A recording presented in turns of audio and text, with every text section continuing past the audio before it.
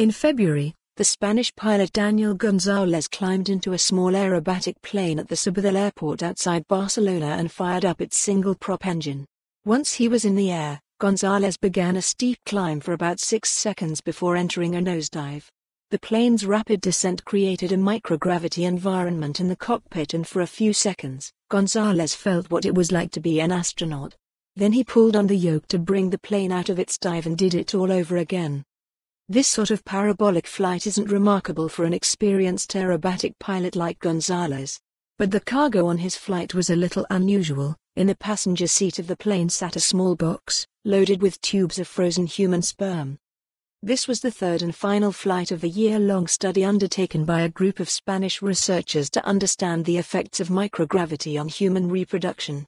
This seminal study, which is currently under peer review, marks the first experimental results published on the effects of a zero-gravity environment on frozen sperm.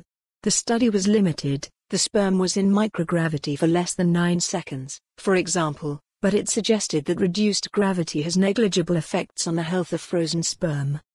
"We are at the frontier of knowledge about human reproduction in space," says Antoni Pérez-Poch, an engineer at Polytechnic University of Catalonia and a co-author on the paper.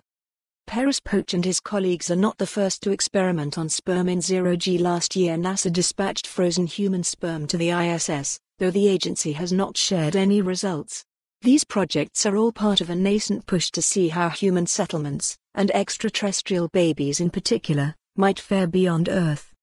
Pérez-Poch says the team plans to conduct more, longer flights, and hopes to also do experiments with thawed sperm.